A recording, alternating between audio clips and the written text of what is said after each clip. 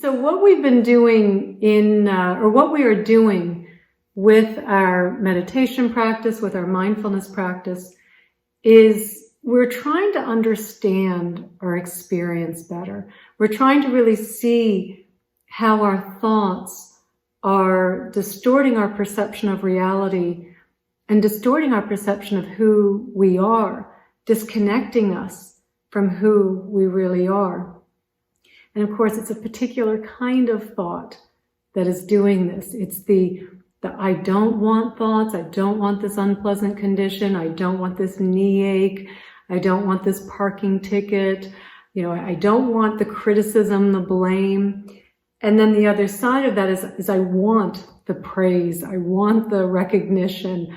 I want the good conditions. I want to be over there. I want to be 6 months from now when this project is done, or I want to be 3 months from now when I'm going to get that promotion and finally that recognition I deserve, or I just want to be 30 minutes from now, because perceiving that in 30 minutes I'll be happy.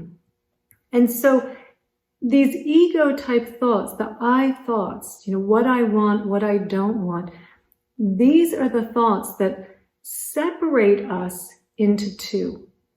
Because as soon as I'm saying, I want this, or I don't want that, there's a subject, I, and an object, what it is I want, or what it is I don't want.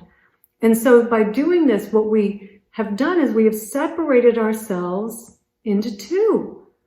And out of this, and how we looked at this last week, was this little image of me that arises out of this little unworthy image of me, the dissatisfied image.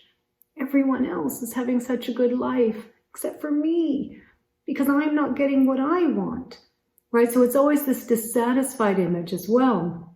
And we are so distracted by this image, and because we spend so much time lost in our I thoughts, we have identified with this as who we are, and we have forgotten who we really are. We have forgotten our true nature. And while we have forgotten our true nature, it doesn't mean that we don't experience it occasionally, that we aren't connected into it at different times through different experiences. Maybe it's, late afternoon, early, let's say dusk, and you're not expecting it, but you look up in the sky and you see a spectacular sunset. And before the commenting comes in about the sunset, before you think about taking a picture to put on Facebook or, call someone, in that moment when there's no dialogue, it's just you and the sunset, right? These are the moments of awe. You weren't expecting it. And all of a sudden, you're in that state of awe, of wonder. You are at one with the sunset. There's no separation between you and the sunset. The separation happens when we start comparing the sunset. Yesterday's sunset was prettier. Oh, I better get my camera and take a photo of this sunset. Let me try and, see how I can create an image of me having the photo of this sunset. And that's when we get out of, when we're taken out of the present moment. But in that moment of awe, before we start commenting on it, we are at one with the sunset. There is no separation. And in that, being in the present moment, we are connected to our true nature. That's what feels so good. We tell ourselves it's the sunset. It was really that we were brought into the present moment. And we come into the present moment, we connect to our true nature in all sorts of ways. Maybe you're at a concert, you're just lost in the music. And, and being that lost in the music and you're dancing and you're not worried about what anyone thinks about how you're dancing, and you're not commenting about how anyone else is dancing. You're just letting the music move through you. You are at one with the music. There's no subject, no object. You're at one with it. You're present.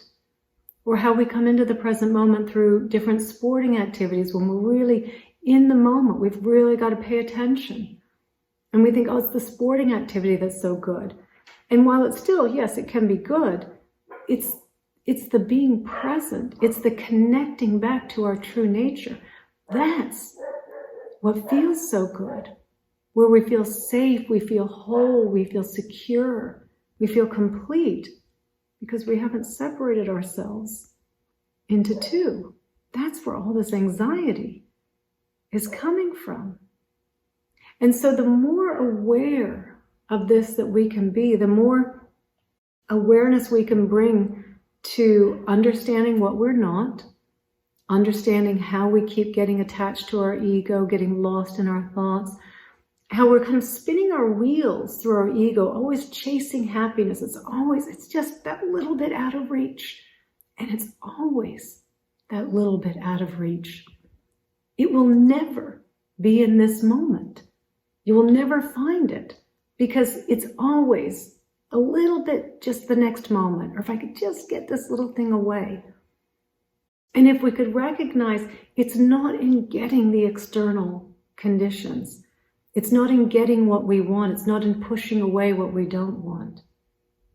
It's in acknowledging who we truly are and learning how to come back into the present moment and to trust the present moment more, to trust connecting to our true nature.